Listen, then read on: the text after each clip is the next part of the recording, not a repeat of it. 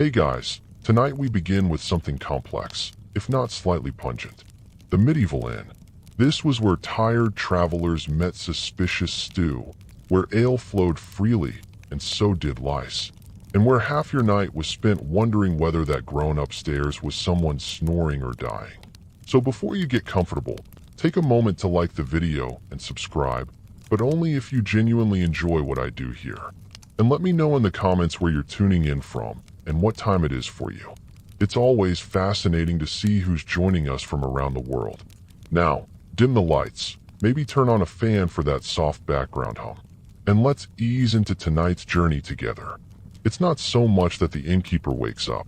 It's that he is awakened by the gentle sound of someone sneezing directly onto the floorboards below his room, followed by a groan, a crash, and the unmistakable clatter of a chicken escaping through the front door. Again, he opens one eye. It's still dark out, which means it's either too early or too late. There's no in-between in medieval timekeeping. He sits up slowly, as if peeling himself off a loaf of bread, and rubs the sleep from his face with a sleeve that once resembled linen, but now has the texture of a worn saddlebag. His bed isn't bad, just simple, a straw mattress, slightly slanted, with a blanket that smells faintly of garlic and last Tuesday's ale. Cozy in the way a slightly damp cloak is cozy if you don't ask too many questions. He dresses in stages. First the tunic, then the trousers, then the belt if he can find it. After a brief search, he locates it hanging on a peg behind the door along with a spoon, a candle nub, and someone's sock. He doesn't ask whose. Asking questions before sunrise is a mistake. Downstairs, the common room is quiet, unnervingly so. There are signs of life. A tipped mug, a boot near the hearth, a man snoring under a table with the confidence of someone who's done this before. The innkeeper steps carefully around him. Waking guests too early often leads to awkward swordpoint discussions. He stokes the hearth with a practiced flick of the poker. The goal is warmth, not a roaring blaze. Firewood is expensive, and the last time he got a real blaze going, someone tried to cook a goose on it indoors with feathers still on. As he sets a pot over the flames, ready to reheat whatever last night's stew has evolved into, he hears the distant bray of a mule and the clump of early travelers arriving. He exhales. The inn isn't glamorous, but it's warm. It's busy, and most importantly, it's his. And just like that, the day begins again. Breakfast at the inn is less of a meal and more of a negotiation between what's edible and what's legally defensible. The innkeeper ladles a thick scoop of something into a pot over the hearth. It doesn't have a name, but it does have a smell. Somewhere between boiled oats and a wet boot that's been thinking about cabbage. This is pottage, a medieval staple, not a recipe so much as a concept. Yesterday's pottage was made with barley and turnips. Today's includes those same turnips, now softer, and some mysterious bits from a goose that failed to escape last night. Add water, heat, repeat. It's like soup if soup gave up halfway.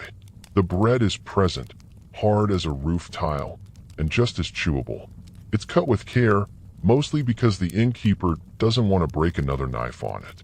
Guests chew it slowly, partly for digestion, partly because there's time to reflect on their life choices between bites. And the ale, oh yes, breakfast beer. It's not a medieval cliché. It's a necessity. The water here is questionable. The milk is reserved for the Lord's barn cat, and tea is still a twinkle in some far-off merchant's eye. The ale is weak, but at least it's been boiled and filtered through sheer desperation. Even the children drink it with supervision, of course. This is a reputable establishment, after all.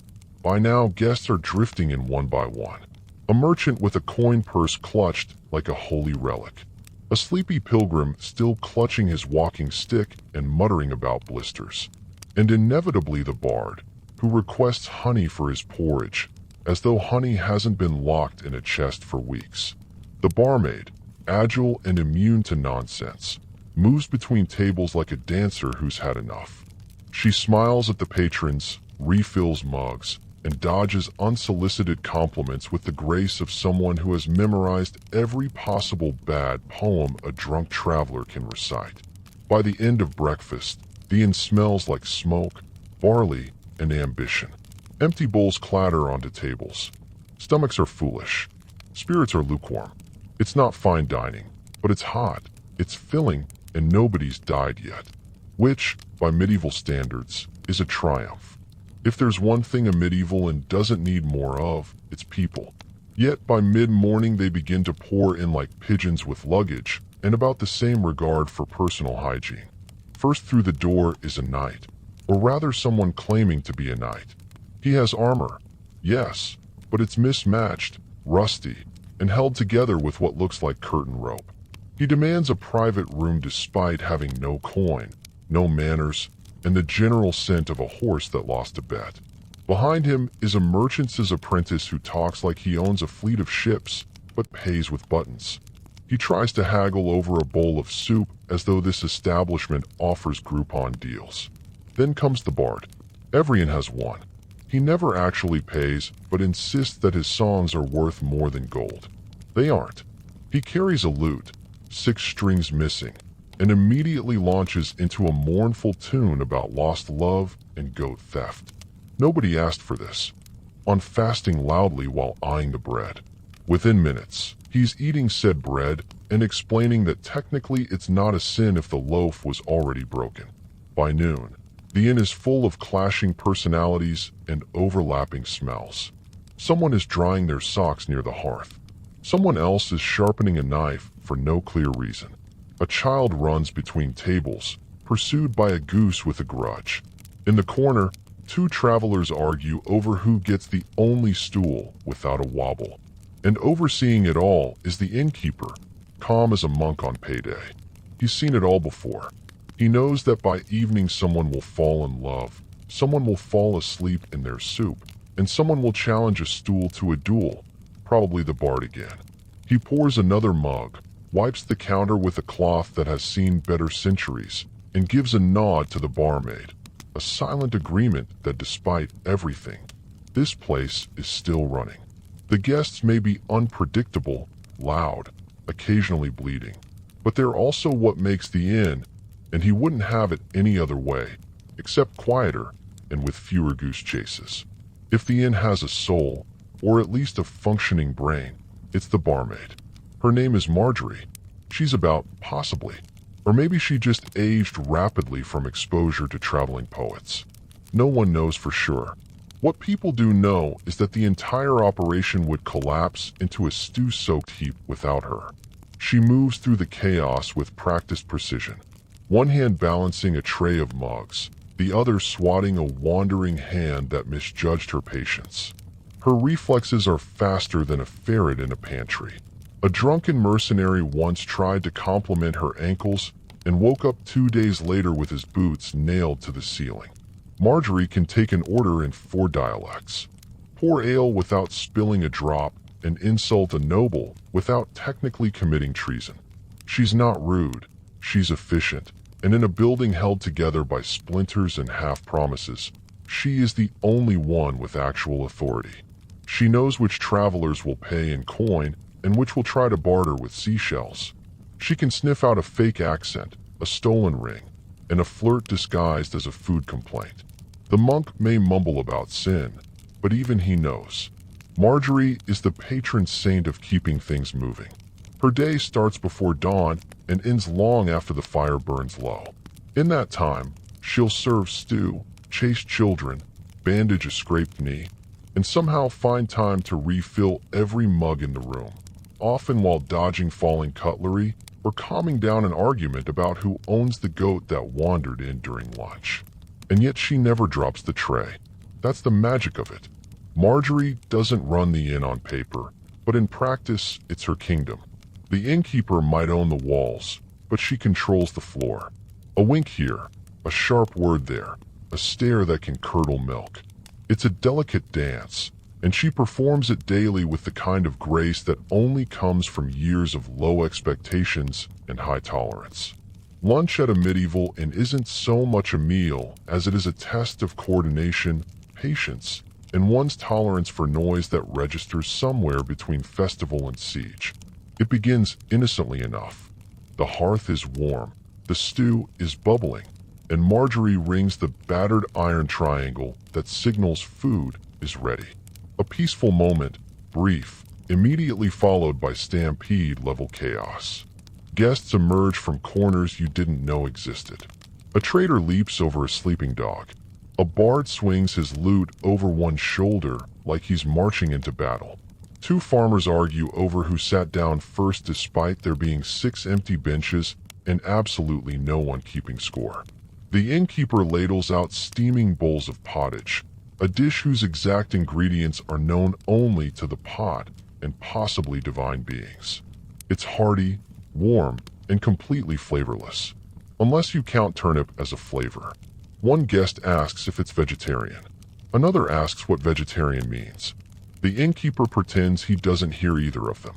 Bread is handed out with the ceremonial thunk of something recently used as a doorstop. Diners attempt to dip it in their stew to soften it, resulting in several casualties to the bottoms of bowls. One man tries to trade his crust for a second helping of ale. It works. Marjorie weaves through the chaos, her tray loaded with mugs and her eyes locked in that 1,000-why stare known only to battlefield nurses and women who've had to break up 2 arguments about seating etiquette before noon. She doles out food, smiles, and issues warnings all at once. A one-woman performance that deserves a round of applause, but will settle for a full tip jar. Somewhere near the hearth, a pair of guards is trying to out-burp each other while a suspiciously cheerful monk hums a hymn between mouthfuls. The goat has returned again. It seems to enjoy the company. Lunch lasts about an hour, at least according to the sun. Time inside the inn is measured by how long it takes for someone to spill ale on themselves, accuse someone else of cheating at dice, or attempt to sing with a mouthful of onion. And when it's over, there's silence, brief, eerie, until someone drops a spoon, and it all begins again. Lunch is over. The stew has been consumed. The bread has been gnawed. The goat has once again been escorted out with stern words and a broom. Now begins the part of the day innkeepers dread most. Cleaning up after the guests who swore they were very tidy. To the untrained eye, it may look like a normal dining room in mild disarray. But to Marjorie and the innkeeper, it's a full-blown archaeological dig site complete with mysterious stains, lost personal items, and a deeply unsettling amount of onion peels in places onions should never have been. The wooden tables are wiped down with a cloth that, much like the innkeeper, has seen too much. It doesn't clean so much as smear everything into a nice medieval glaze. The floors are swept, mostly by pushing things under benches and hoping gravity takes care of the rest. A boot is discovered under one of the stools. No one claims it. It's added to the growing pile behind the bar labeled possibly belongs to someone. Marjorie starts collecting dishes with the speed and precision of someone who's done this every day for a decade and would very much like to stop. Guests who linger too long get the look. A glance so potent it once made a noble apologize and tipped an entire silver coin. He was never seen again, but the story remains legend. The stew pot is scraped clean. Whatever remains is either fed to the pigs or quietly reincorporated into tomorrow's recipe. Waste not, want not, especially when nobody can tell the difference after the third bowl. The innkeeper mutters something about washing the mugs, but everyone knows he'll just rinse them in the rain barrel and call it divine purification. There is a bucket for soaking, but it's mostly ceremonial at this point. As the final crumbs are brushed away and the benches are set back in place, somehow always wobblier than before, the room starts to resemble an inn again rather than the scene of a particularly well-fed riot. Marjorie takes a breath, straightens her apron, and prepares for the next wave. Because in a medieval inn, peace is never permanent. It's just the brief pause between one mess and the next. And somewhere someone is already asking when supper will be ready. Just as the last bowl is stacked, the last spoon dried is. And Marjorie dares to take a sip of leftover ale in peace. It happens. The door cracks open. New guests, fresh faces, fresh problems, and worst of all, questions. The first traveler steps in wearing an oversized cloak, a beard that could house several woodland creatures, and an expression that suggests he's about to review the place on parchment. He walks up to the bar and asks, "Do you serve almond milk?" The silence is immediate and total. Somewhere in the corner, a stool cracks under the weight of collective judgment. Behind him arrives a young couple, clearly not married, based on how closely they're standing and how determined they are not to touch, who ask if they can see the room first. Marjorie simply points upstairs. It's wooden. It has walls. It doesn't leak in summer. Usually a third guest, covered in dust and self-importance, insists on knowing where the inn sources its candles, whether the stew is ethically prepared, and if the goat has been trained to stay outside. The goat, of course, enters at that exact moment and promptly sneezes on his boots. Then there's the bard, a different bard this time, who insists on paying with a song. He plucks his lute, hits 3 wrong notes in a row, and launches into a ballad about the lady in the leaky chamber pot. He is immediately asked to stop politely with a broom. The innkeeper nods his way through every request, every complaint, and every mispronounced question about wine varieties. There's one wine, and it's reddish. He doesn't argue. He doesn't correct. He simply listens, smiles, and lets Marjorie handle it. Because if there's one thing that fills an inn faster than rain, it's travelers with opinions. And they never arrive quietly. By sundown, the common room is a patchwork of personalities. The quiet scribe in the corner, the arguing merchants near the fire, the bard on his second attempt at winning affection through volume, and the goat now asleep under table 3. The innkeeper exhales.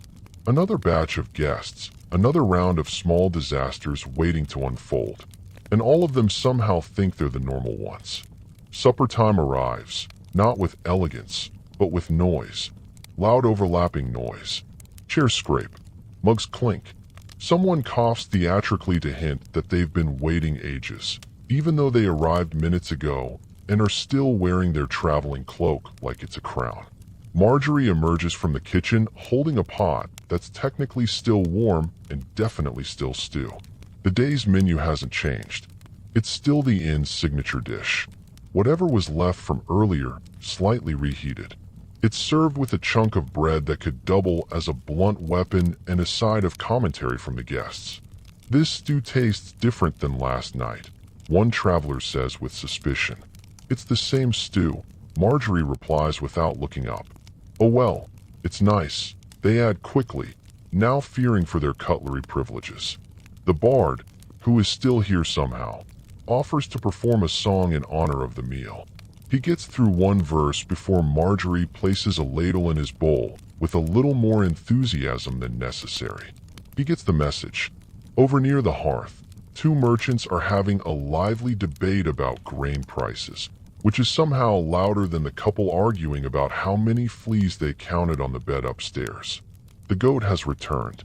It is now under the table again, being quietly fed by a child who insists it's his emotional livestock. The stew is filling. The ale flows freely, which helps with how filling the stew is. And despite the occasional complaint about texture, temperature, or the existential ambiguity of the meat, everyone eats. The innkeeper stands behind the counter, polishing a mug that hasn't been truly clean since last harvest, watching his patrons with the expression of a man who has accepted his fate. He knows that in about an hour, someone will spill something. Of course, seizes the moment. He clears his throat dramatically, plucks 3 uncertain strings, and announces a ballad titled "The Fair Lady of Festerwell Who Married a Troll." Half the room cheers, the other half groans. The goat sneezes. His voice is enthusiastic. The lyrics rhyme occasionally. The innkeeper pours himself a mug of ale and drinks deeply, hearing, "She's watching for trouble. Spilled, and anyone who looks like they're about to stand on a table." She catches the bard mid-step, just as he tries to perform a dramatic gesture on a bench leg that clearly wasn't designed for theater. In the corner, A shy traveler shyly produces a flute. It produces 3 lovely notes before the goat headbutts him. Applause all around. Evening entertainment at the inn isn't polished, rehearsed, or even entirely legal in some towns. But it's real. It's loud. And it almost always ends with someone snoring into their mug or waking up with a new tattoo drawn in soot. There is no official closing time at the inn. There's no bell, no lights out announcement, and certainly no polite usher guiding guests toward the door. No, closing time is more of a gradual societal collapse. It begins when the bard finally loses his audience. This usually happens when he forgets the lyrics to the final verse and replaces them with dramatic throat noises. Someone throws a crust of bread in appreciation.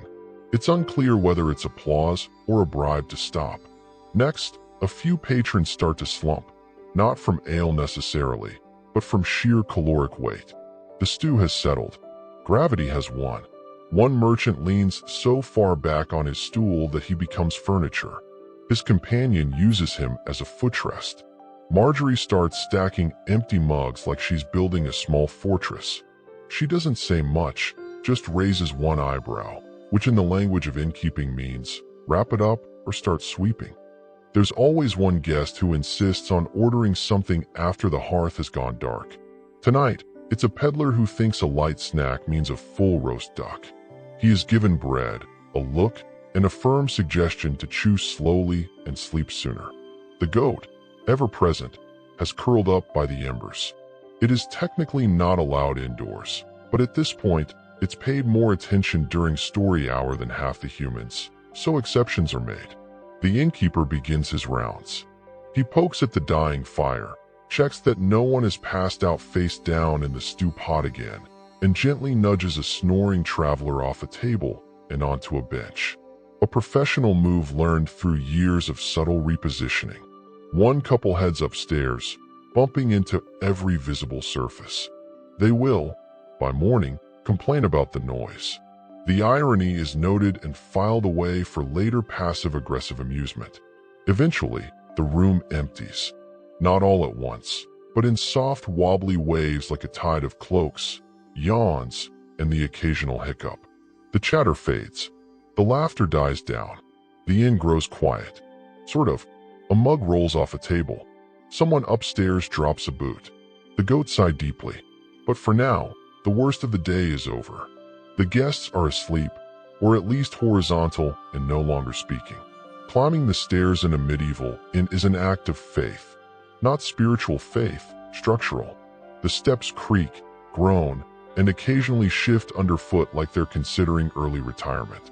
But for the weary traveler, upstairs means one thing, a place to collapse. The rooms vary. Some are private if you're wealthy, or convincingly loud about it. Most, however, are shared dormitory-style arrangements where strangers sleep mere inches apart and everyone pretends not to hear anything. The beds are wooden frames stuffed with straw and dreams. Blankets if you're lucky, pillows only if you brought your own or creatively folded your cloak. And yes, the straw rustles constantly. Sometimes because it's dry. Sometimes because something inside it is also trying to sleep. Snoring is inevitable. Someone always starts within moments of lying down. Not light, adorable snoring. We're talking medieval snoring. The kind that echoes off wooden beams and makes you question if there's a wild boar in the rafters. One guest tosses in his sleep. Another talks. One hums a hymn through his nose, which is deeply unsettling. Privacy as a concept does not exist. You can pull your cloak over your head, but that only muffles the sounds of someone in the next bed loudly discussing dreams involving fish and taxes. Someone else keeps getting up to check on the stew, which is just code for kneading the chamber pot, located discreetly behind a curtain that fools no one. Speaking of which, yes, the chamber pot. It's there. It's full. It's everyone's problem.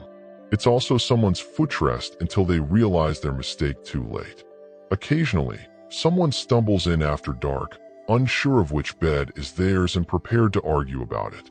Arguments are brief, muffled by exhaustion, and typically settled by whoever has the larger boots or stronger odor. And yet, despite the noises, the smells, the suspicious straw, and the shared air, there's something oddly comforting about it.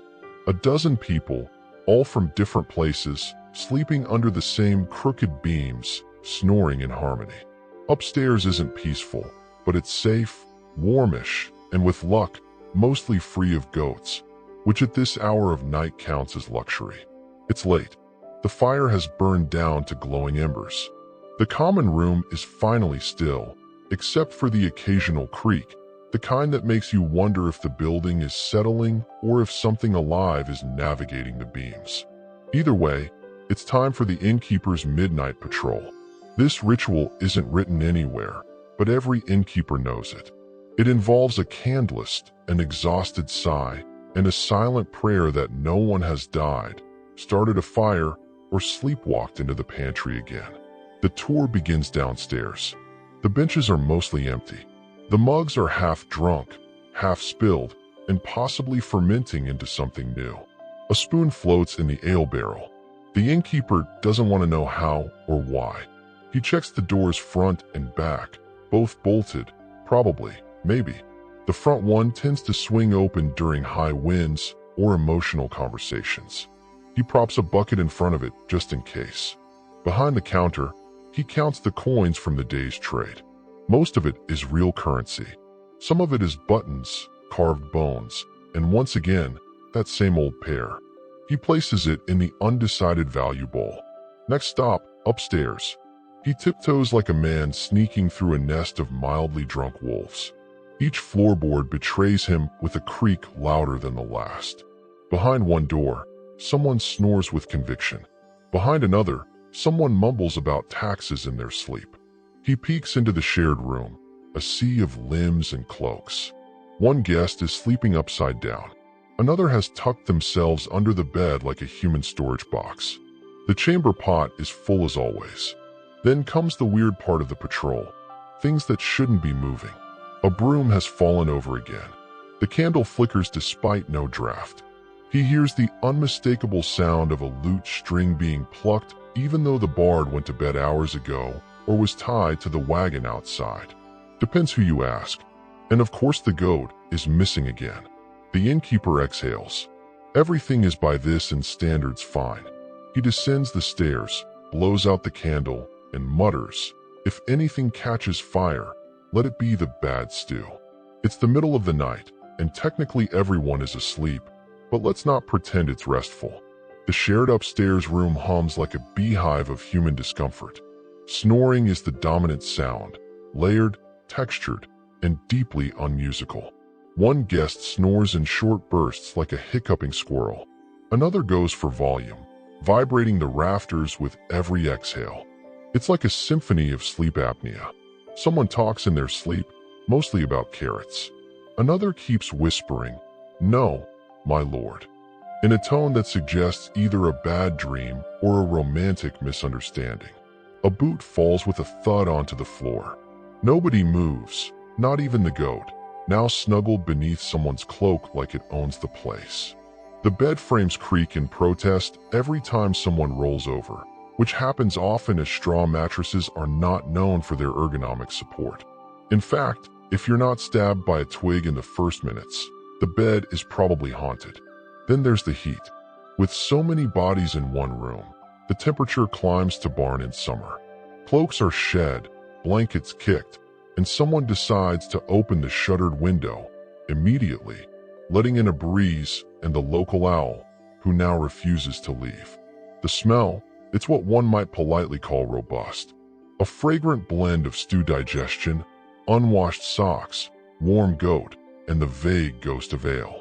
It would be unbearable if everyone weren't already too tired to care. Occasionally, someone wakes up convinced it's morning. It's not. It's just darker than before. And now there's an owl watching. They stumble out of bed, step on someone's hand, and are shushed back into place with a grunt. Marjorie sleeps in the back room, arraigned to pick up anything alarming, raised voices, sudden crashes, or lute music after hours. So far, so good. Mostly. And downstairs, the innkeeper snoozes behind the bar in a chair shaped exactly like his spine. He holds a mug he didn't finish. He dreams of silence. He will not get it. Because in a medieval inn, sleep comes in short shifts, shared spaces, and suspicious warmth. But still, everyone's horizontal. That's considered victory. At the first hint of light, that faint murky gray that could be dawn or just an optimistic moon, the inn begins to stir, not gracefully, more like a barn full of animals that have realized someone forgot to lock the door. Feet hit the floor with varying degrees of commitment.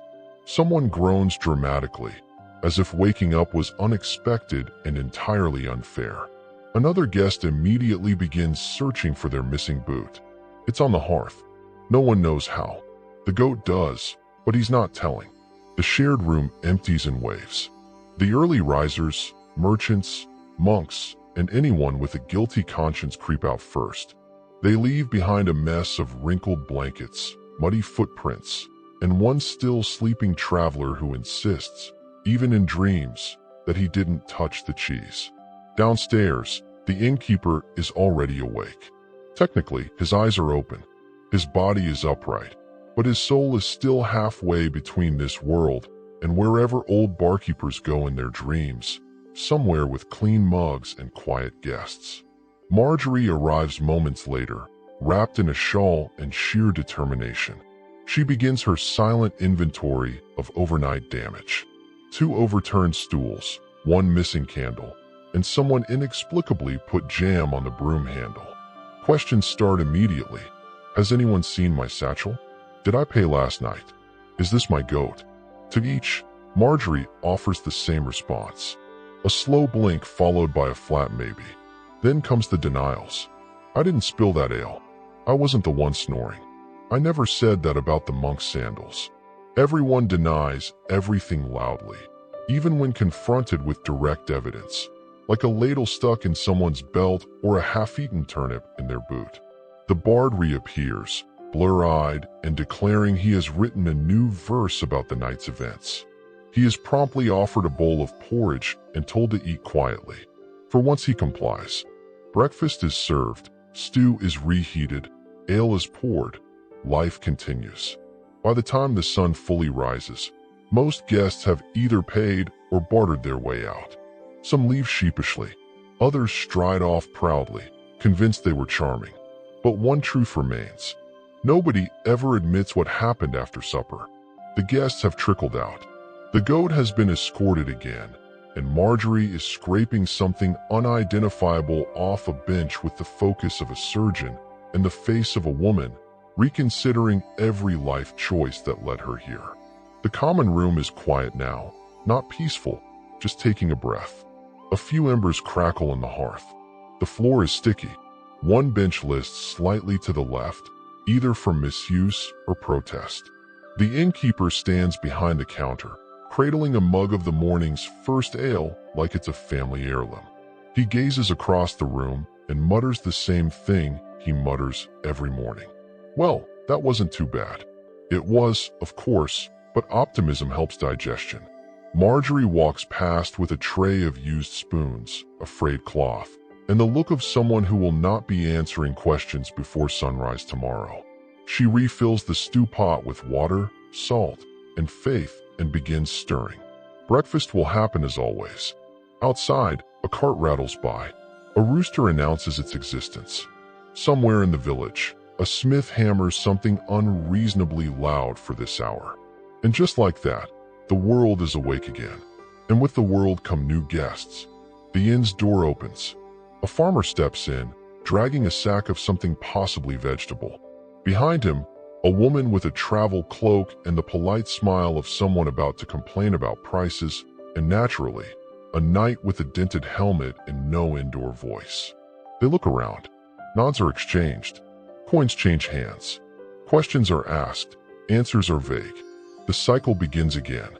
The innkeeper takes a sip. Marjorie reties her apron. A chair is righted. A mug is filled. A stranger sits down and immediately asks if there's a vegan option. The inn doesn't change much. The stew stays mysterious. The guests remain unpredictable. The goat, one suspects, has a spare key. And yet, despite the noise, the mess, And the deeply suspicious smells, they always come back. Maybe it's the warmth, the company, the chaos. Or maybe, just maybe, it's the only place in town where your mistakes get swept up with the crumbs and nobody asks questions before breakfast. In the early the Dutch Republic was about the size of a pancake and just as flat. But don't let geography fool you. This modest patch of reclaimed swamp was about to punch far above its weight. While the rest of Europe was busy stabbing each other over religion and whose king had the shinier boots, the Dutch quietly built an empire of light, money, and oil paint. It started with a revolution. Spain had been bossing the Netherlands around for decades, waving the Catholic flag and squeezing taxes out of every fish and tulip bulb. But after nearly years of kicking and screaming, the Dutch finally declared, "We're done." And just like that, they were free. What followed was less of a national plan and more of an entrepreneurial free-for-all. Imagine Silicon Valley, but everyone wears wooden shoes and invests in herring. Amsterdam became the Wall Street of Europe. Its ports were crowded with ships headed to Asia, Africa, the Americas, anywhere with goods to trade or people to exploit. The Dutch East India Company, basically the Amazon Prime of the th century, made fortunes off nutmeg, porcelain, and let's not forget colonization. But the real twist, while their ships were hauling cinnamon across oceans, back home, people were reading newspapers, sipping beer, and watching their neighbors get immortalized in oil by guys named Rembrandt and Vermeer. These painters didn't just make portraits, they made legends. Vermeer captured quiet, intimate moments lit like divine cinema. Rembrandt gave old men and biblical figures more drama than a reality show. Art wasn't just for kings anymore. Merchants wanted portraits, too. Even butchers could afford a nice still life with a pig's head and a lemon. Tasteful. And then there were the tulips. Oh yes, the infamous tulip mania. A brief but spectacular episode where people sold entire houses just to own a flower bulb. One bulb. The market crashed harder than a drunk sailor. But by then the Dutch had already established their reputation. Wildly successful, slightly unhinged, and never boring. So how did a tiny, damp republic become the envy of Europe? By mastering the sea, the stock market, and the self-portrait. And this was just the beginning. If the Dutch Golden Age had a beating heart, it wasn't in a palace or a parliament. It was in the docks. Rotterdam, Amsterdam, Hoorn, Delft. These weren't just cities. They were launch pads for global domination with sails and spreadsheets. While France was polishing its wigs and Spain was still counting its gold, the Dutch were busy inventing capitalism, one logbook at a time. Their secret weapon, the merchant fleet. At its peak, the Dutch had more ships than any other nation on earth, more than England, more than Spain, possibly more than common sense should allow. But these weren't just fishing boats with attitude. These were armed merchant ships, sleek and practical, loaded with cannon and cargo space. They carried everything. Silk from China, spices from Indonesia, sugar from Brazil, and occasionally a cannonball to the face if pirates showed up. The Dutch East India Company, also known by its terrifying acronym VOC, was the world's first multinational corporation.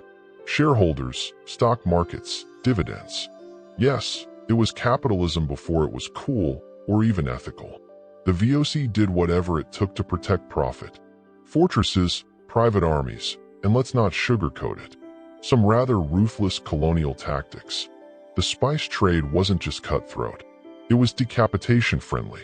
And while the VOC was ruling the East, the West India Company was handling things in the Atlantic. Think sugar, rum, and slavery. The Dutch involvement in the transatlantic slave trade was not just incidental. It was systemic, calculated, and profitable. The same country commissioning paintings of milkmaids was also trading human lives on a ledger. The Golden Age had a deeply tarnished underside. Yet amid this brutal efficiency, the Dutch also brought a kind of order to global trade. Their ships sailed on set routes. Their cargoes were cataloged. Their ports were clean, secure, and shockingly well insured. If there was ever a nation that could ship tulips, cheese, and gunpowder in the same boat without confusing the labels, it was the Dutch. They weren't just navigating oceans. They were navigating economics. While other countries sent explorers, the Dutch sent accountants with muskets. Their empire wasn't just built with swords. It was built with balance sheets. And somehow, amid the maritime hustle, their little republic kept thriving.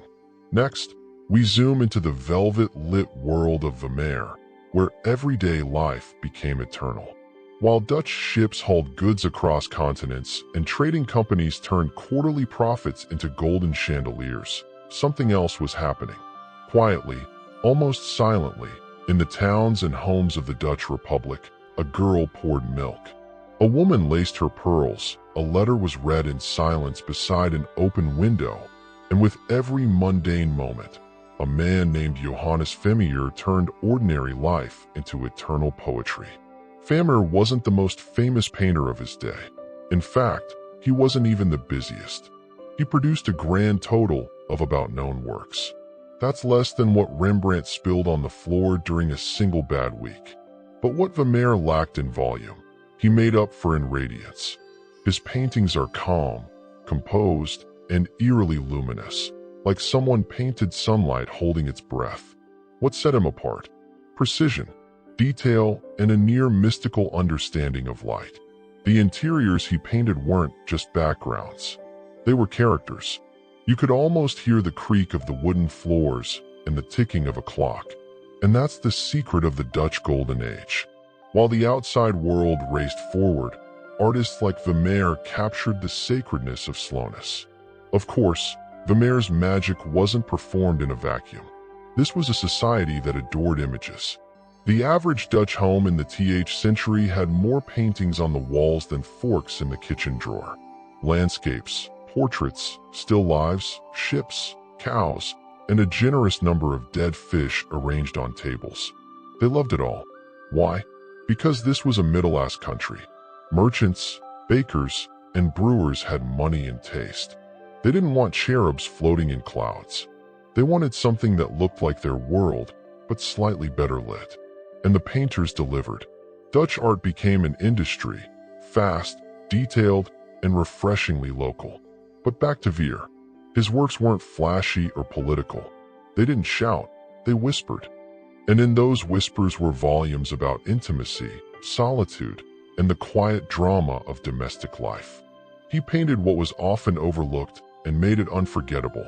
In the next chapter, we'll step out of these golden-lit rooms and into the streets of a booming republic. Because outside Vermeer's windows, an economic experiment was brewing that would both dazzle and implode. The infamous tulip mania. Picture this. You walk into a pub inn. You're just a regular Dutch citizen, maybe a baker or a cheese merchant. A man next to you offers to sell you a tulip bulb. Not a bouquet, just one bulb. The price, the same as your house. And the crazy part, you consider it. Welcome to Tulip Mania, the fever dream of early capitalism and possibly the world's first recorded financial bubble. The Dutch didn't invent flowers, of course, but they perfected the art of monetizing them. Tulips, especially the rare striped varieties caused by a virus that oddly made them more desirable, became status symbols. Owning a unique tulip bulb was like driving a Ferrari today, except you had to dig it out of the dirt and hope no one accidentally made soup out of it. At first, it was just wealthy collectors dabbling. But soon, everyone wanted in. Farmers, barbers, chimney sweeps. If you could hold a coin and had a pulse, you were speculating in tulips. Entire savings were spent. Futures contracts were created. People traded rights to bulbs that hadn't even bloomed yet. It wasn't about flowers anymore. It was about flipping a promise before the petal ever showed. For a brief, dazzling moment, tulips were the Bitcoin of the 10th century. Then came the crash. One February day in, people stopped buying.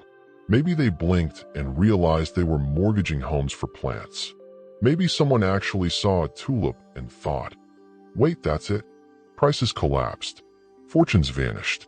And suddenly, that one bulb you paid the price of a canal house for, worthless. You might as well plant it and try to enjoy the view. Strangely enough, the Dutch economy didn't fully collapse with the tulip market. It was embarrassing. Yes, there were lawsuits.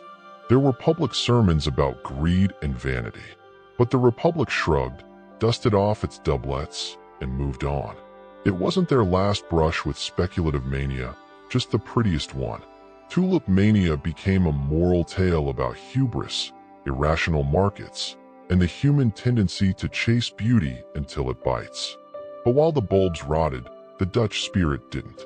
Because just around the corner, the Republic was building a cultural empire on books, maps, and ideas. And that's where we head next. While tulips were being traded like gold, and Vermeer was busy painting women doing very quiet things near windows, something else was quietly blossoming in the Dutch Republic. The mind. The Dutch didn't just ship goods, they shipped ideas. And in the th century, that was dangerous business. Let's start with printing presses. At a time when publishing the wrong opinion in, say, Spain could get innately burned at the stake, the Netherlands became a haven for writers, philosophers, and rebels with quills. The Dutch had a relatively tolerant attitude toward free thought, at least as long as it didn't mess with trade, which meant books flowed out of Amsterdam like wine at a merchant banquet. Ideas banned elsewhere found safe harbor here. Descartes wrote and published in the Netherlands. Baruch Spinoza, the excommunicated Jewish philosopher who suggested that maybe God wasn't an old man in the sky, but something more like reality itself, lived and thought here in relative peace until he became too radical even for the radicals. Universities like Leiden and Utrecht became intellectual magnets. Students from across Europe came to study everything from law and medicine to the latest theories in optics and anatomy. And because this was the Dutch, they studied in buildings clean enough to eat off and catalog their knowledge with terrifying precision. Graffiti also thrived. Dutch map makers like Joan Blio were not just sketching coastlines. They were redrawing the European imagination. Their atlases were masterpieces, decorative, wildly inaccurate in parts, but astonishingly detailed for their time. Want to explore the coast of Java or dream about Brazil? Just open a Dutch map. This intellectual curiosity wasn't limited to scholars. The middle class read audaciously pamphlets, travelogues, scientific treatises, and scandalous poetry. Newspapers circulated stories from Constantinople to the New World. For the first time in European history, literacy wasn't a luxury. It was a lifestyle. But it wasn't all enlightenment and espresso. These ideas stirred the pot. Religious tensions simmered. Philosophers were censored. Some books were quietly banned. The Dutch tolerated a lot. But even tolerance has its limits when prophets start messing with property law. Still, for a republic of just a few million people, the Dutch punched far above their weight in shaping modern thought. And speaking of shaping, next we turn to the architectural boom that transformed their cities into Baroque Lego sets of brick, canals, and proud gables. Imagine a city built like a painting. Straight lines, soft curves, and everything in its proper place, even the ducks. That was Amsterdam in the th century. A masterpiece of urban design brought to life by engineers, merchants, and a stubborn refusal to let water win. The Dutch didn't just build cities. They drained them into existence. Much of the land the Republic stood on was technically underwater or had been recently persuaded not to be. With dikes, pumps, and sheer willpower, the Dutch reshaped their world. Where other nations saw swamp, they saw potential real estate. At the heart of this watery miracle was the canal ring of Amsterdam, known as the Graftengordel. It was elegant, efficient, and about as close as urban planning gets to poetry. Concentric canals carved the city into districts. Goods moved by boat, not cart. Rich merchants built narrow houses with steep steps and grand windows, showing off just enough wealth to impress, but not enough to look French. Those tall houses with the ornate gables, they weren't just aesthetic choices. They were tax strategies. Property taxes were based on width, not height. So, People built upward, not outward, squeezing luxury into vertical elegance. The result, an architectural skyline that looks like gingerbread real estate and smells faintly of Calvinist restraint. Brick was the material of choice. It was cheap, durable, and made the streets look like a Renaissance Minecraft server. But design wasn't only about beauty. The Dutch emphasized utility. Even their ornate facades had winches and pulleys to lift furniture up through windows, since spiral staircases inside were less stately and more claustrophobia simulator. Public buildings also bloomed. Town halls, ways, guild halls. The grandest of them all, Amsterdam's town hall, finished in. It was so magnificent that Louis the Th reportedly called it the eighth wonder of the world and promptly copied it, as was his habit. And amid all this architectural splendor, there was a message. The Dutch Republic wasn't about kings or cathedrals. It was about cities, citizens, and civic pride. Clean streets, tidy facades, order, and elegance. This was a built environment that reflected a national mindset, precise, practical, and quietly proud. But beneath this order, tensions simmered. Political divisions, religious strife, and international rivals were gathering. In the next chapter, we dive into the conflicts, internal and external, that would test the very seams of this golden republic. For all its brilliance, the Dutch Golden Age wasn't some utopia of harmony and polite cheese tasting.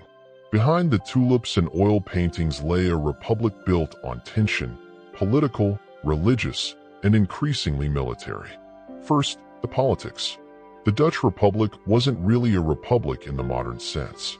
It was a jigsaw puzzle of provinces, each jealously guarding its rights like a toddler hoarding snacks. The real power lay with the wealthy merchant class in cities like Amsterdam and Leiden. These men weren't nobles, but they had the money to pretend. At the top of the political pyramid was the stadtholder, usually from the House of Orange, a military leader with just enough power to make everyone nervous. Think of him as a monarch with a disclaimer. Some provinces liked him, others liked him less. The result, a constant tug-of-war between centralized leadership and provincial independence. A sort of political group project where half the group wants to fire the leader and the other half is the leader's cousin. Religiously, the Dutch had technically broken with Catholicism, but that didn't mean unity. The Calvinists were in charge, and they weren't exactly famous for their open-mindedness. Other Protestants, Jews, and Catholics were tolerated as long as they didn't cause a fuss, build big churches, or throw parades. Publicly, everything was orderly. Privately, it was tense. Internationally, the Dutch were suddenly a major power, and the old guard didn't like that. The English, once their Protestant pals, now saw them as economic rivals. Cue the Anglo-Dutch Wars, a series of naval brawls where both sides lost ships, pride, and occasionally their tempers. The Dutch held their own thanks to admirals like Michel de Ruyter, who was equal parts pirate, strategist, and national hero. He once sailed up the Thames and stole the English flagship for fun. But warfare is expensive, maintaining fleets, defending trade routes, and bribing neighbors not to attack. All this added strain to a delicate system. And while the Dutch could juggle commerce, culture, and colonies, they couldn't juggle forever. The cracks in the Golden Age had begun to show, not in the art or the architecture, but in the very system that built it. Next, we'll visit the twilight of this era and ask, how does a Golden Age end? With a crash, a war, or simply a yawn from history? Golden Ages don't typically end with explosions. More often, they fade quietly, awkwardly, like a party where the best guests have already left and someone just knocked over the wine. The Dutch Republic in the late S wasn't collapsing. It was sighing. The signs were subtle at first. Trade remained strong, but competitors were catching up. The English and French were getting better at naval warfare and even better at copying Dutch business models. The English created their own East India Company, threw in some colonial ambition, and added the one thing the Dutch didn't have, a monarchy with a flair for self-promotion. Meanwhile, France under Louis the Th had grown aggressive. Very aggressive. He wasn't content with verses and fancy shoes. He wanted borders, power, and maybe a few Dutch cities while he was at it. The resulting wars were brutal and expensive. The Dutch won a few, lost a few more, and bled money throughout. Domestically, the Republic had another problem: boredom. Innovation slowed. Painters stopped painting radical new ideas and started repeating what sold: rows of cows, ships, and sleepy windmills. Art became safe. Banking became cautious. The canal houses were still pretty, but the energy had shifted. You could feel the flicker in the oil lamp. There were deeper fractures, too. The divide between the House of Orange and the Republican regents deepened. The middle class, once the engine of prosperity, began to stagnate. Tensions brewed between old money and new ambition. And most importantly, young Dutch people stopped believing they were at the center of the world because they weren't anymore. The final blow came not as a single disaster, but as a shift in wind. The Age of Enlightenment was dawning elsewhere. Britain took the crown as the world's financial and naval superpower. France stole the stage in art and science until the guillotine got involved. And the Dutch, once the marvel of Europe, found themselves quietly edged out of the spotlight. But the legacy of the Dutch Golden Age never disappeared. It lived on in libraries, in galleries, in legal codes, and shipping routes. The world they helped shape didn't forget them. They just stopped being the main character. Next, in our final chapter, we explore the lasting impact of this remarkable era and how a tiny republic changed the course of the modern world. Though the curtain fell on the Dutch Golden Age, its echoes have never truly stopped. The Th-century republic might have lost its global dominance, but it left fingerprints on everything from economics to art to how we imagine freedom itself. Let's start with capitalism. The Dutch didn't invent money, trade, or greed, but they streamlined them with breathtaking efficiency. They created the world's first stock exchange, pioneered shareholder capitalism, and made financial instruments that are still used today. If you've ever cursed your mutual fund or stared blankly at a line graph, you have Dutch merchants to thank. They also revolutionized global commerce, not just through ships, but through systems. Insurance, record-keeping, double-entry bookkeeping, all sharpened to near perfection in Amsterdam. And while they certainly weren't saints, colonialism, they were logistical geniuses. They made trade scalable, predictable, global. In the arts, their influence is immortal. Vermeer's quiet light, Rembrandt's stormy faces, the intimate realism of domestic scenes. These became the visual grammar of Western art. Their paintings taught us that greatness didn't require gods and swords. Sometimes it was a woman pouring milk, caught in a moment of stillness. In ideas, they carved out a space for reason. The Dutch tolerance, imperfect but notable, allowed thinkers like Spinoza and Descartes to publish works that would have been burned elsewhere. In doing so, they helped push Europe toward the Enlightenment. Freedom of thought, religious pluralism, scientific curiosity, all took root in the Dutch soil. Even their cities set a standard. Amsterdam's canals, Utrecht's universities, the brick gables and clean navigable streets all served as templates for modern urban life. Order without opulence, function dressed in elegance. They didn't build for kings. They built for citizens. And perhaps that's the heart of it. The Dutch Golden Age wasn't about empires or cathedrals or divine right. It was about what a small, determined, soggy republic could achieve with brains, grit, and slightly obsessive bookkeeping. It didn't last forever. Golden Ages never do. But in the brief glow of that century, the Dutch showed the world a new model of success, one powered not by royalty, but by ordinary people doing extraordinary things. Thanks to them, the modern world sails in their wake, charting new waters on maps they helped draw. Forget stadiums, sponsorship deals, and national anthems. The very first Olympic Games had none of that. No referees in polos, no timers, No slow-motion replays, just dust, sweat, and a sacred olive tree.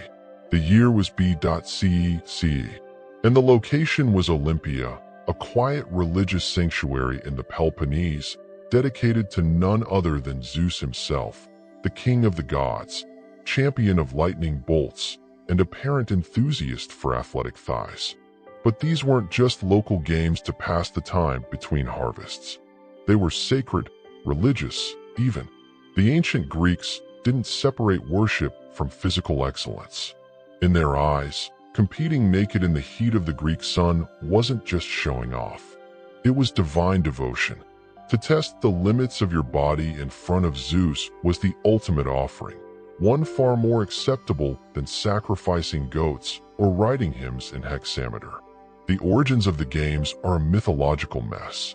Some say Hercules founded them after cleaning out the Orgian stables, which frankly sounds like the sort of event you'd want to turn into something else. Others say King Pelops. Yes, the same guy with the cursed descendants started them after winning a chariot race. But whatever the story, by B.C., the games were official, recorded, and already prestigious. The first recorded event, the stadium, a short foot race roughly ft long, or one state. The only known victor that year was a cook named Korobos of Elis. That's right. The first Olympic champion was a guy who probably trained by running between kitchens and slicing goat meat. He didn't get a trophy. He got an olive wreath, eternal glory, and the right to have poems written about his thighs. All competitors were Greek, male, and citizens. No women allowed to compete, or even watch unless they were priestesses.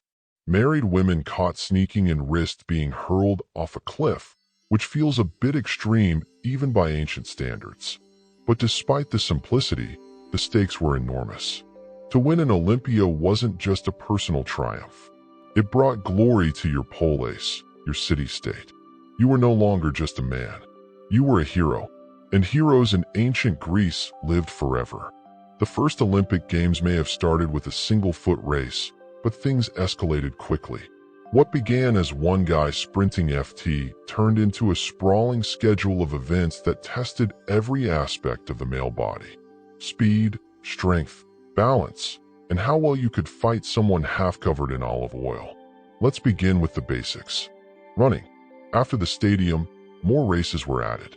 The Dios was essentially the ancient meter dash. One length of the track there, one back. Then came the Dikas, a long distanciance race that could last up to laps. That's over km in the Greek summer sun naked. No water breaks, no music playlists. Just you, your feet, and probably some very uncomfortable dust. But it wasn't all about speed. The Greeks adored combat sports, and their games reflected that. Wrestling or pale was a technical affair. No biting or eye gouging, but pretty much everything else was fair game. You had to throw your opponent to the ground 3 times to win. It was the cerebral cousin of the far more chaotic pancration. A mix of boxing and wrestling where almost anything went. Punches, kicks, chokes.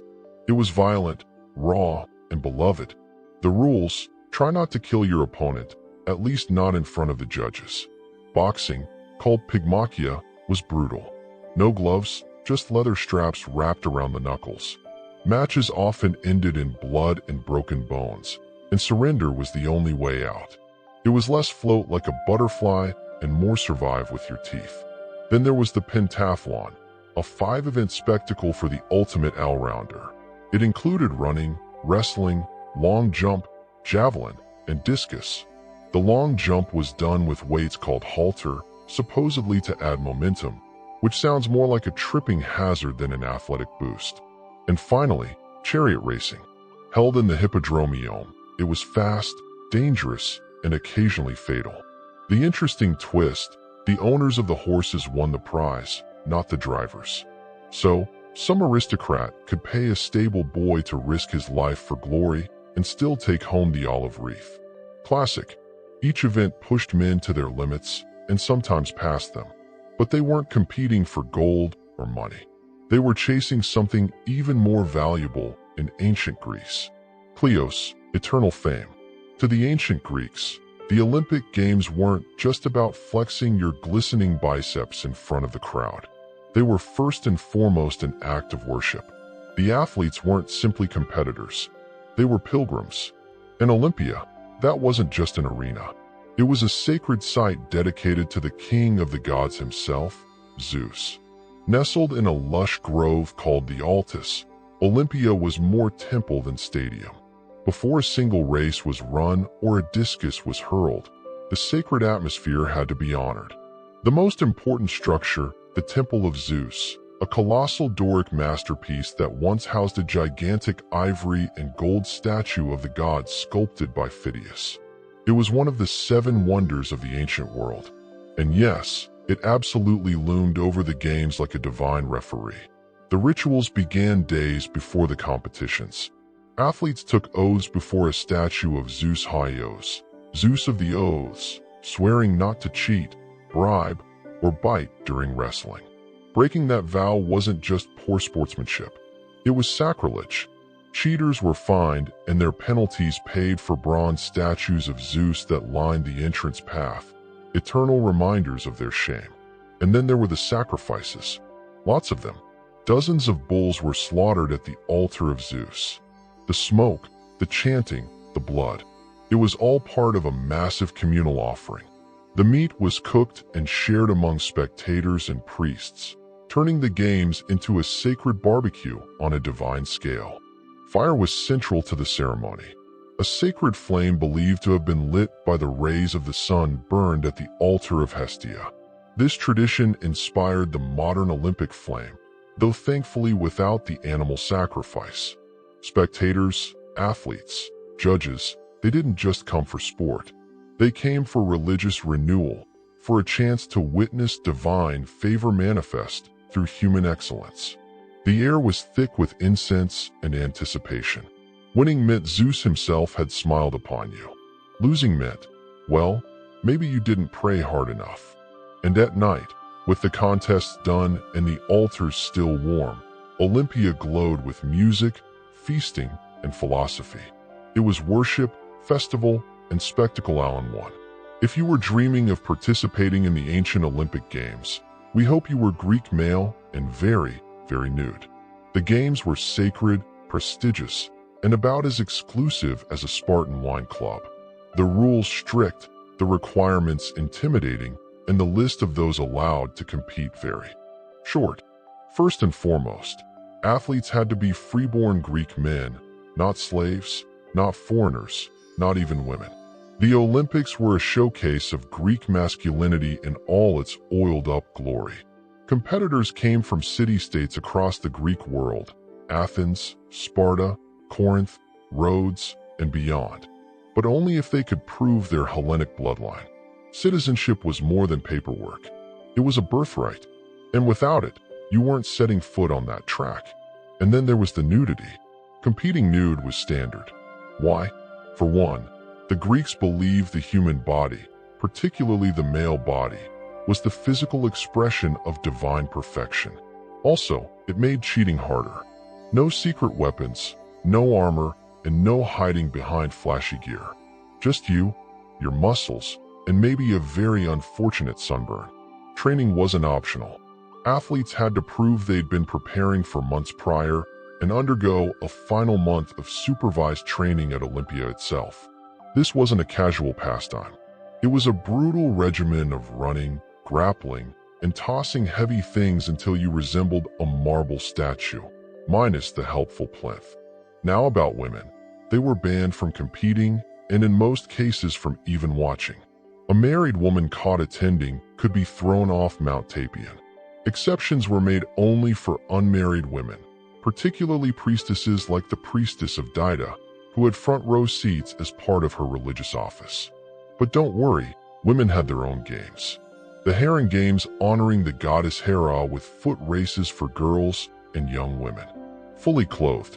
Of course, age categories existed, boys, youths, and men. But you still had to be ready to take a punch from someone twice your size, and there were no weight classes. Wrestling a guy the size of a temple column. Tough luck, kid. Zeus decides the outcome. In the end, The games were as much a mirror of Greek society as they were of athletic prowess. Proud, patriarchal, and meticulously regulated. To the casual observer, the ancient Olympic Games might seem like a wholesome celebration of athleticism and divine devotion. But beneath the laurel wreaths and wrestling matches was something far more strategic: politics. Because in ancient Greece, everything was political, including who could throw a discus the farthest. The games offered the perfect opportunity for the often fractured Greek city-states, the polis, to meet, compete, and engage in the ancient equivalent of international PR. Athens might build temples, and Sparta might train soldiers, but Olympia, that's where they showcased national identity. Winning an event didn't just glorify the athlete, it glorified the polis he came from. One man's victory was a billboard for his hometown superiority. City-states even funded and trained athletes as a matter of prestige. These weren't amateurs jogging in from the olive grove. They were finely tuned instruments of civic propaganda. Victories were immortalized in poems, statues, and elaborate public ceremonies. Entire cities would give free meals for life to Olympic victors because nothing says you represent our greatness like unlimited wine and lamb chops. But the Olympics weren't just for flexing muscles. They were for flexing alliances. Political leaders used the games as a diplomatic platform. Treaties were discussed. Marriages were negotiated. Even military campaigns were timed around the sacred truce that accompanied the games. Oh yes, the Olympic truce, or Echeria. This was a formal agreement that all Greek states would cease hostilities during the games so athletes and spectators could travel safely to Olympia. In theory, it was a moment of pan-Hellenic peace. In reality, it was more of a polite suggestion. Some wars did pause, others simply ignored the memo. Sparta naturally was banned from the games at least once for being too war-happy. Monuments and dedications at Olympia were also politically charged. Cities that won battles or gained wealth often built treasuries or statues to flaunt their success. The sanctuary became a kind of ancient leaderboard, a literal arms race in marble. Even cheating had political consequences. If an athlete was caught bribing an opponent or falsifying citizenship, their city's reputation suffered. And in the high-stakes world of Greek rivalry, that was nearly as bad as losing a war. Becoming an Olympic athlete in ancient Greece wasn't a matter of signing up and hoping for the best. It was a brutal lifelong commitment. Equal parts devotion, self-denial, and a surprising amount of sand in your undercarriage. You didn't just show up at Olympia ready to run. You had to prove it. And before you even got close to the track, you were expected to survive months of punishing preparation. Athletes trained at the gymnasium, a Greek institution that was part fitness center, part temple, and part philosophy class. The word gymnasium literally means place to be naked, which tells you most of what you need to know. Training was conducted in the nude, not for shock value, but because the Greeks believed in celebrating the human form as a vessel of divine strength. Each city had its own gymnasia, but serious Olympic hopefuls traveled to Elis, the city that administered the games. There, under the watchful eyes of officials and trainers, they endured a mandatory day trial before the Olympics. No distractions, no wine, no excuses, just relentless exercise and a diet that would make modern athletes weep. Barley bread, figs, cheese, and lots of olive oil rubbed on the body, not eaten. The trainers, called tribes, weren't gentle. They pushed their athletes through wrestling drills, sprinting, routines, javelin throws, and strength exercises. The Greeks had no patience for slackers. If you couldn't keep up, you were out. And they meant it. Judges actually disqualified contestants before the games even started if they didn't meet the physical standard. Discipline was everything.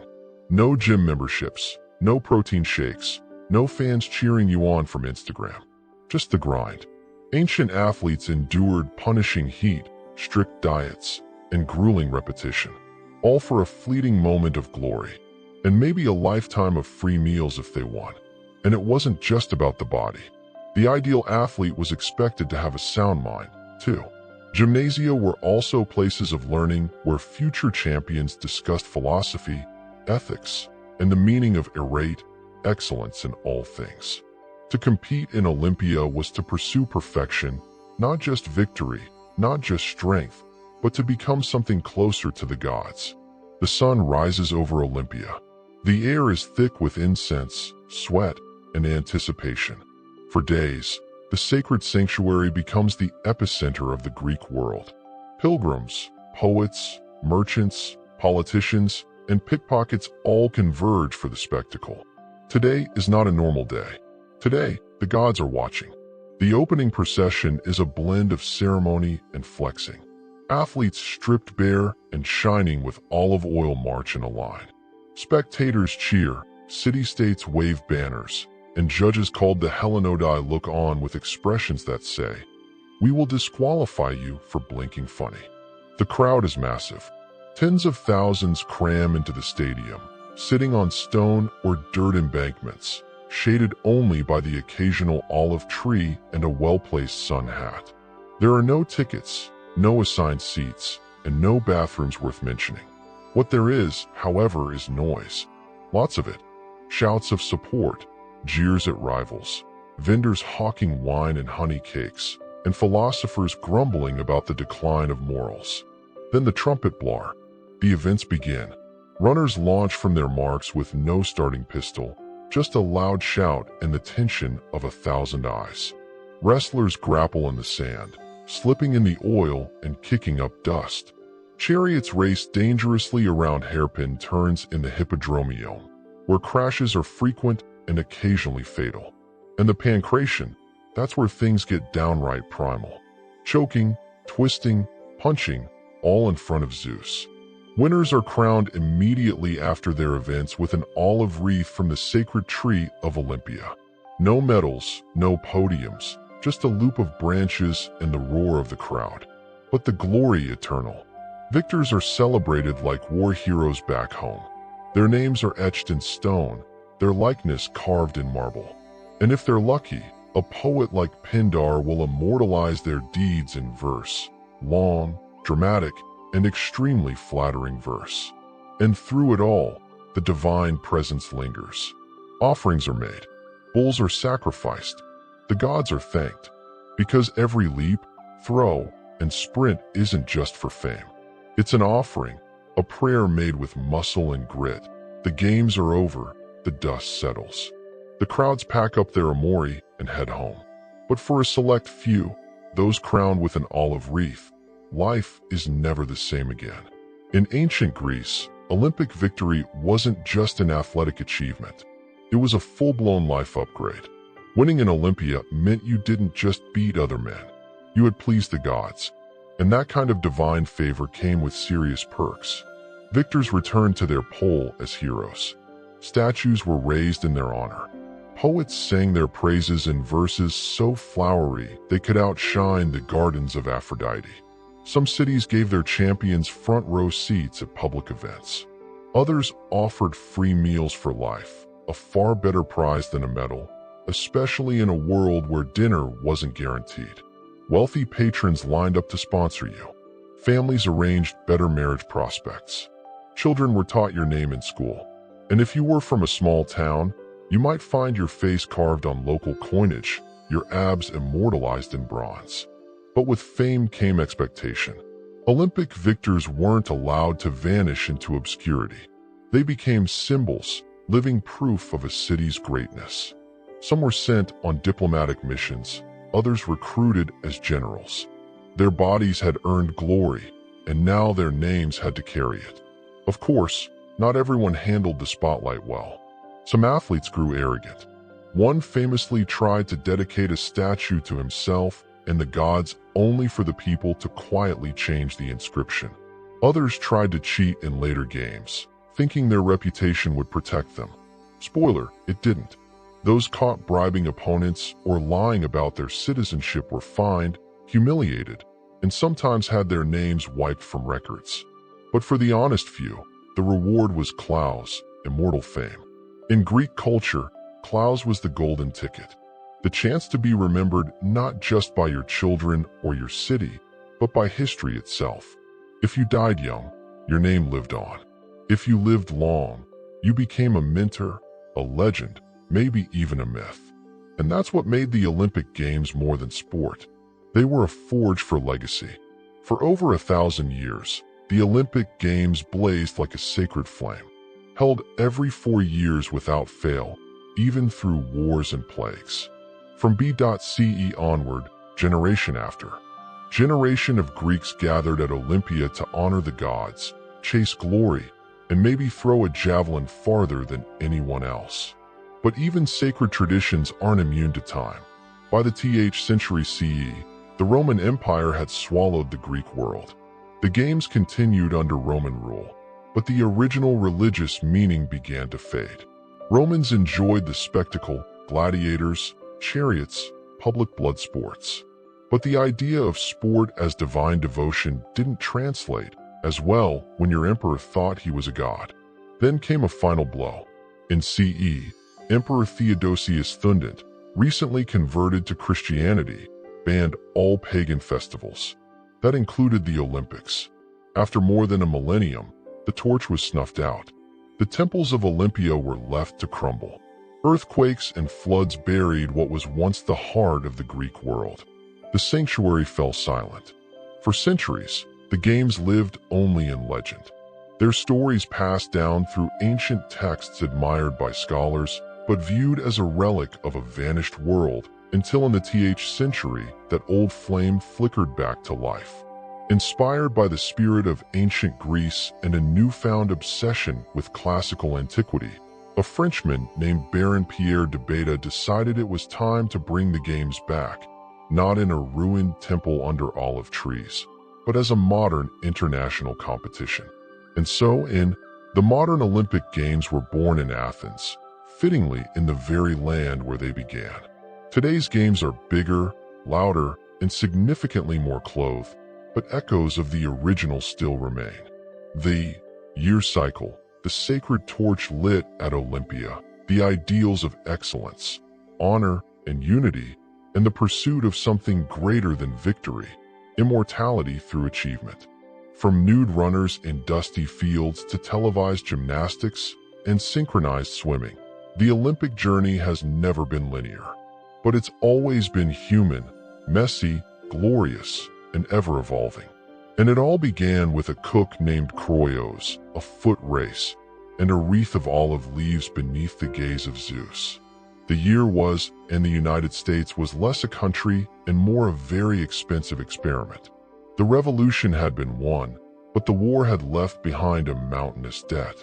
The fledgling government operating under the shiny new constitution was broke, and the question on everyone's mind was going to pay for this.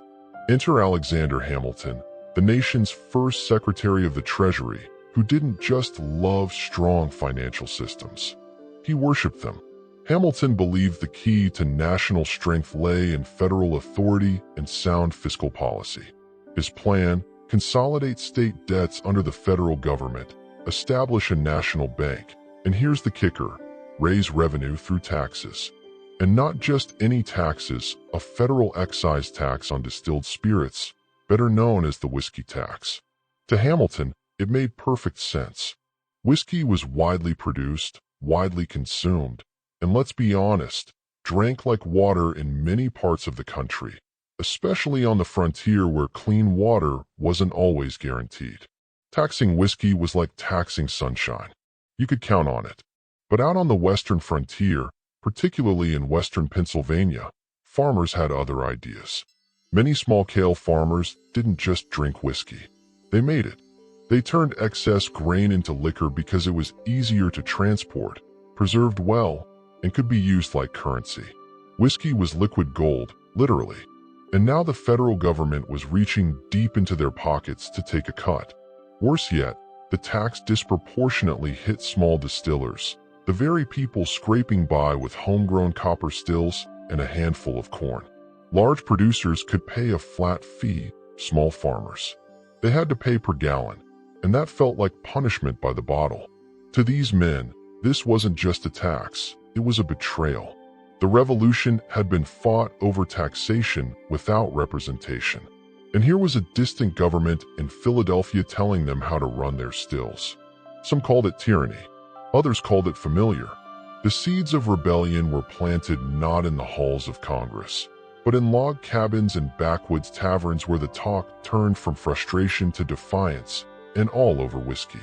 To understand why Western farmers exploded over a whiskey tax, you have to understand the frontier mindset.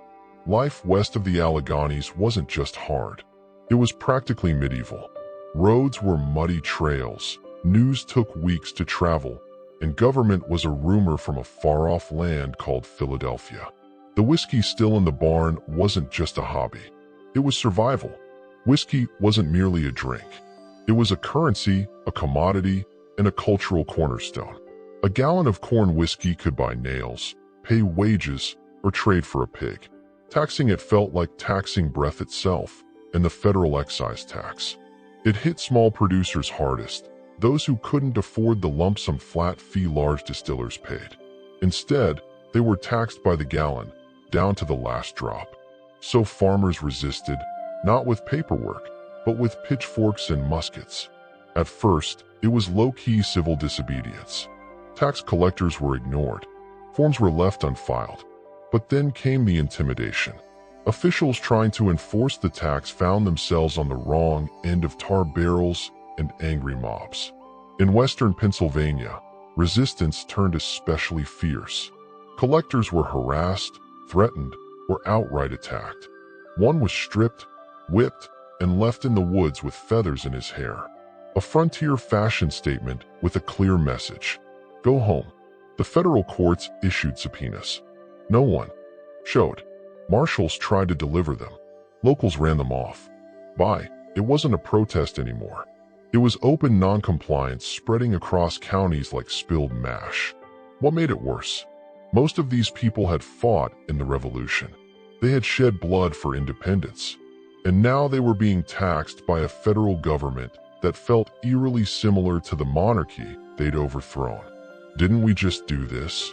Was the unspoken and sometimes shouted sentiment. To them, Hamilton's tax was proof that the government didn't represent them. They saw Eastern elites lining their pockets while the frontier paid the price. The whiskey tax wasn't just unpopular. It was a symbol of everything they feared about centralized power. And all the while, the government watched with increasing concern. What began as lawbreaking was starting to look a lot like rebellion. What began as scattered defiance had evolved into something far more serious, organized, armed, and determined. Western Pennsylvania was no longer just resisting the whiskey tax. It was actively challenging the federal government's right to govern at all. The flashpoint came in July when a U.S. Marshal named David Lennox and a tax inspector named John Neville, a wealthy former general, and one of the few men brave or stubborn enough to try collecting the tax, found themselves in the rebels' crosshairs. Neville had fortified his house, Bower Hill, outside Pittsburgh, preparing for trouble. Trouble, as it turned out, came in the form of several hundred armed men. The standoff began when the rebels demanded the surrender of Neville and any incriminating tax documents. He refused. Shots were fired. By the next day, a full-blown gun battle erupted. Government troops, tax resistors, and locals exchanged musket fire. Neville's house was eventually set ablaze, and 2 people were killed. The message was clear. The frontier wasn't bluffing. In the days that followed, resistance turned into mobilization. A rebel militia of nearly men formed around Pittsburgh, calling themselves Defenders of Liberty and channeling the rhetoric of. They began organizing meetings, passing resolutions, and talking about independence. Not from Britain this time, but from the eastern United States. Federal officials fled. Tax offices shut down. Pittsburgh, terrified of being burned to the ground, tried to distance itself from the rebellion. Meanwhile, word of the uprising spread quickly, sparking copycat resistance in parts of Kentucky, Virginia, and even the Carolinas. To many Americans, especially those in government, it was beginning to look like Shaw's rebellion, but with more guns and better whiskey. What the rebels wanted wasn't entirely clear. Some called for tax repeal, others for Western independence, and a few even suggested forming a new America west of the mountains. One thing was certain: this was no longer just a tax protest. It was a challenge to the authority of the federal government under the Constitution. The rebellion raised a terrifying question. If a single region could defy a federal law with impunity, what kind of union had they really built? By the fall of the Whiskey Rebellion had gone from a regional disturbance to a direct threat to the authority of the Constitution itself. In the East, elites feared the collapse of federal power. In the West, rebels were talking like revolutionaries. And in the middle stood President George Washington, watching his carefully stitched republic begin to unravel at the seams. This was no ordinary law and order situation. It was the first real test of federal authority under the new Constitution. Washington understood what was at stake. If the rebellion succeeded or if it went unpunished, it would send a clear message. The federal government could be ignored, defied, and embarrassed. So, he made a decision that stunned the young nation. He would lead the army himself. Washington became and remains the only sitting U.S. president to personally command troops in the field. For a man who had once stepped down from power after the Revolution, this wasn't ego. It was necessity. He wanted to show that the Constitution wasn't just parchment. It had muscle. With Hamilton by his side and acting as his ever-enthusiastic second-in-command, Washington mobilized a massive force of nearly troops, larger than the entire Continental Army at its peak. Militiamen from New Jersey, Pennsylvania, Maryland, and Virginia assembled like it was all over again. Except this time, they weren't fighting the British. They were heading west to face their own countrymen. Washington rode out in full military uniform, grim and deliberate. His presence was meant to intimidate, and it did. As the army marched westward, the rebels began to scatter. Many had assumed the government would stay in Philadelphia and argue over letters. They hadn't expected muskets, drums, and a president on horseback. By the time the federal army reached western Pennsylvania, most of the rebellion had dissolved. Leaders vanished. Local support evaporated. The show of force had worked. But Washington didn't want blood. Once the region was secured, he handed command over to General Liar Harry Lee and returned to Philadelphia. His point had been made. The government could and would defend its laws. When Washington's army arrived in western Pennsylvania, they didn't find a battlefield. They found silence. The rebel militias had mostly vanished into the hills, and towns that once brimmed with fiery anti-axe sentiment now greeted federal troops with suspiciously polite smiles. The rebellion hadn't ended in bloodshed. It had ended in a retreat. But justice still had to be served, at least symbolically. Over-suspected rebels were arrested, many of them more confused than combative. Some were rounded up for simply being in the wrong tavern at the wrong time. The federal government wanted to show it meant business, but it also needed to avoid looking like a tyrant cracking down on poor farmers. It was a delicate balance.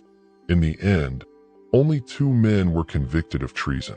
Both had participated in the attack on Neville's estate at Bower Hill and were found guilty under the newly minted U.S. laws. And then, in a twist that perfectly captured the political complexity of the moment, Washington pardoned both of them. Why? Because Washington knew something most revolutionaries turned presidents must eventually learn. Sometimes unity matters more than punishment. He had made his point. The law had been defended. The Constitution had held firm. Executing a couple of whiskey rebels might have turned them into martyrs, or worse, reignited the flames of resistance. Instead, Washington extended mercy.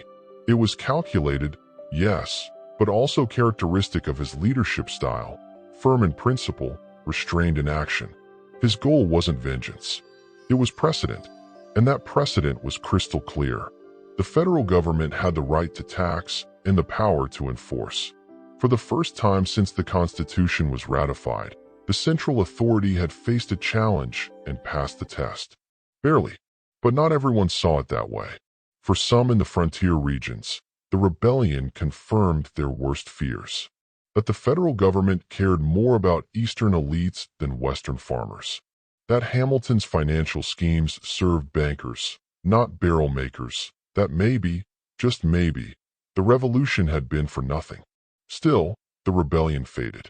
The tax remained, at least for a while, but its legacy would ripple through American politics for decades. The muskets were quiet. The rebels had dispersed, but politically, the real battle was just beginning.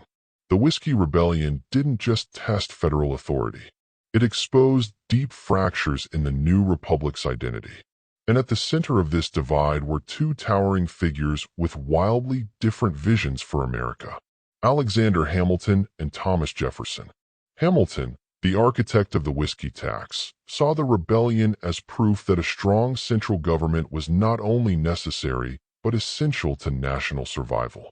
His ideal America was industrial, urban, financially stable, and respected abroad. The show of force in Pennsylvania was to him a victory for order, a win for rule of law. But Jefferson, he saw something entirely different. Jefferson, then Secretary of State, was appalled not by the rebellion, but by Washington and Hamilton's military response. To Jefferson and his growing base of agrarian supporters, the government had looked more like an empire than a republic, sending troops to confront angry farmers over a liquor tax. That wasn't enforcement. It was intimidation. He feared that Hamilton's vision would create a nation run by bankers, merchants, and elites. The very types who had lounged in London parlors while colonists fought at Bunker Hill.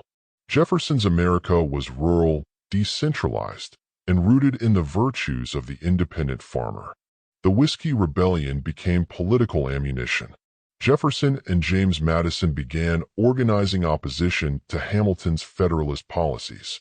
Their movement, soon to be known as the Democratic Republicans, framed themselves as the protectors of liberty, the Constitution, and the common man. The Federalists in turn painted Jefferson's camp as mob sympathizers who turned America into France during the Reign of Terror. The rebellion, in other words, helped crystallize what had only been simmering before. America's first political parties. Lines were drawn. Newspapers took sides.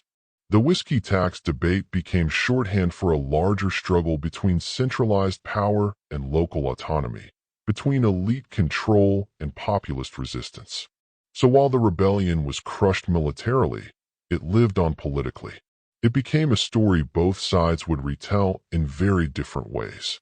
The Whiskey Rebellion may have fizzled on the battlefield, but in the political arena, it lit a fire that would smolder for generations. It wasn't just about whiskey or taxes anymore. It became a symbol, and like most symbols, it was wielded differently, depending on who was doing the wielding.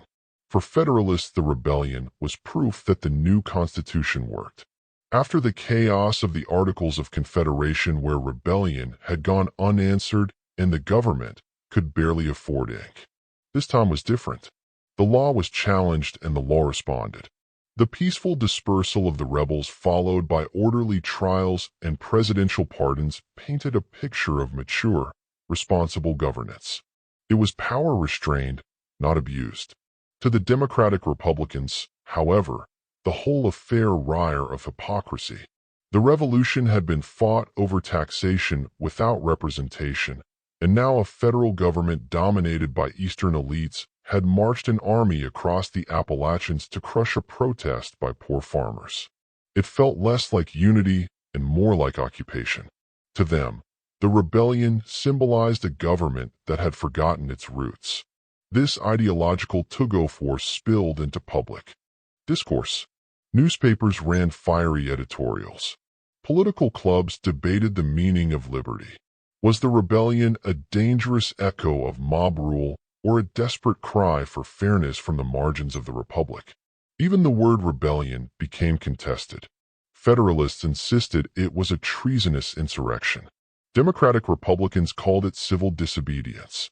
In time, the events became less about what happened and more about what it meant.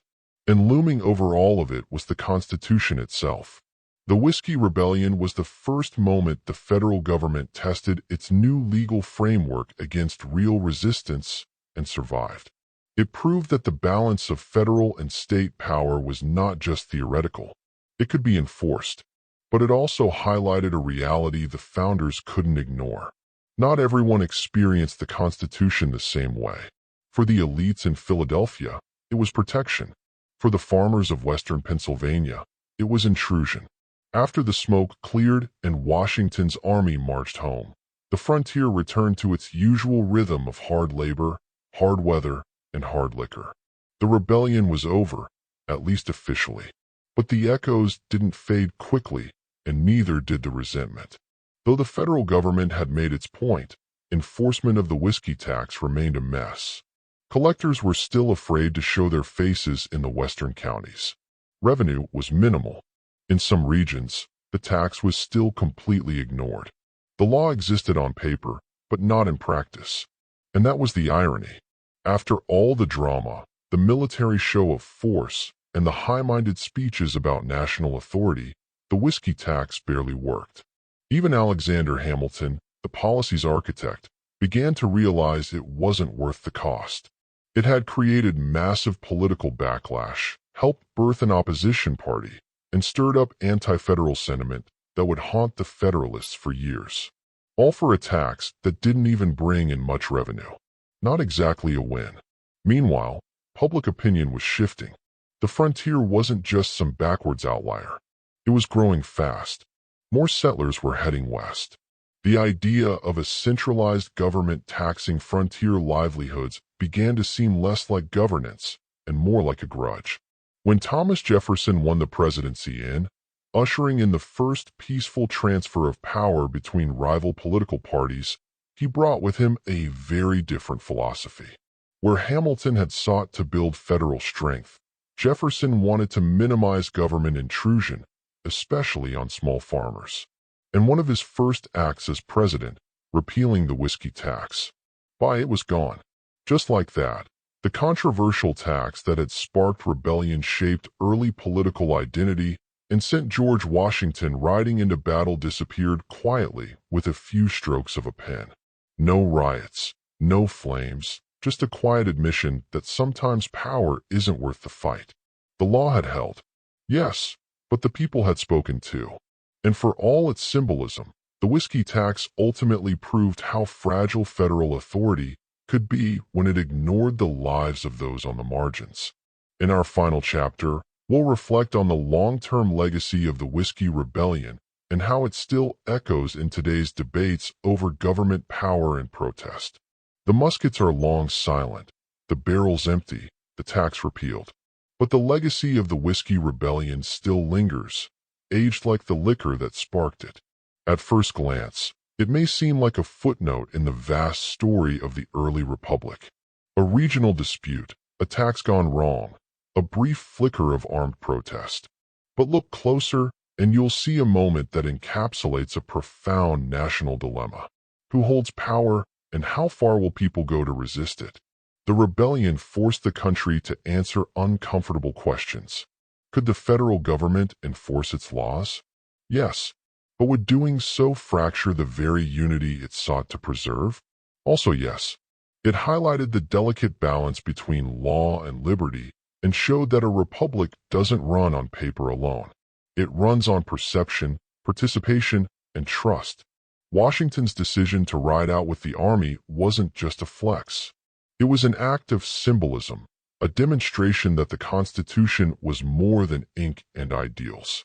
But Jefferson's later repeal of the tax showed the flip side of that coin. Federal power must also listen, not just lead. In that tension between enforcement and empathy lies the DNA of American politics. Over time, the Whiskey Rebellion became a case study in governance. Scholars cite it when discussing federal authority, the limits of protest, or the birth of American political parties and modern debates about taxation, rural disenfranchisement, and federal overreach. They echo this story with eerie familiarity. Even culturally, the rebellion remains potent. It's the only time a sitting U.S. president led troops in the field.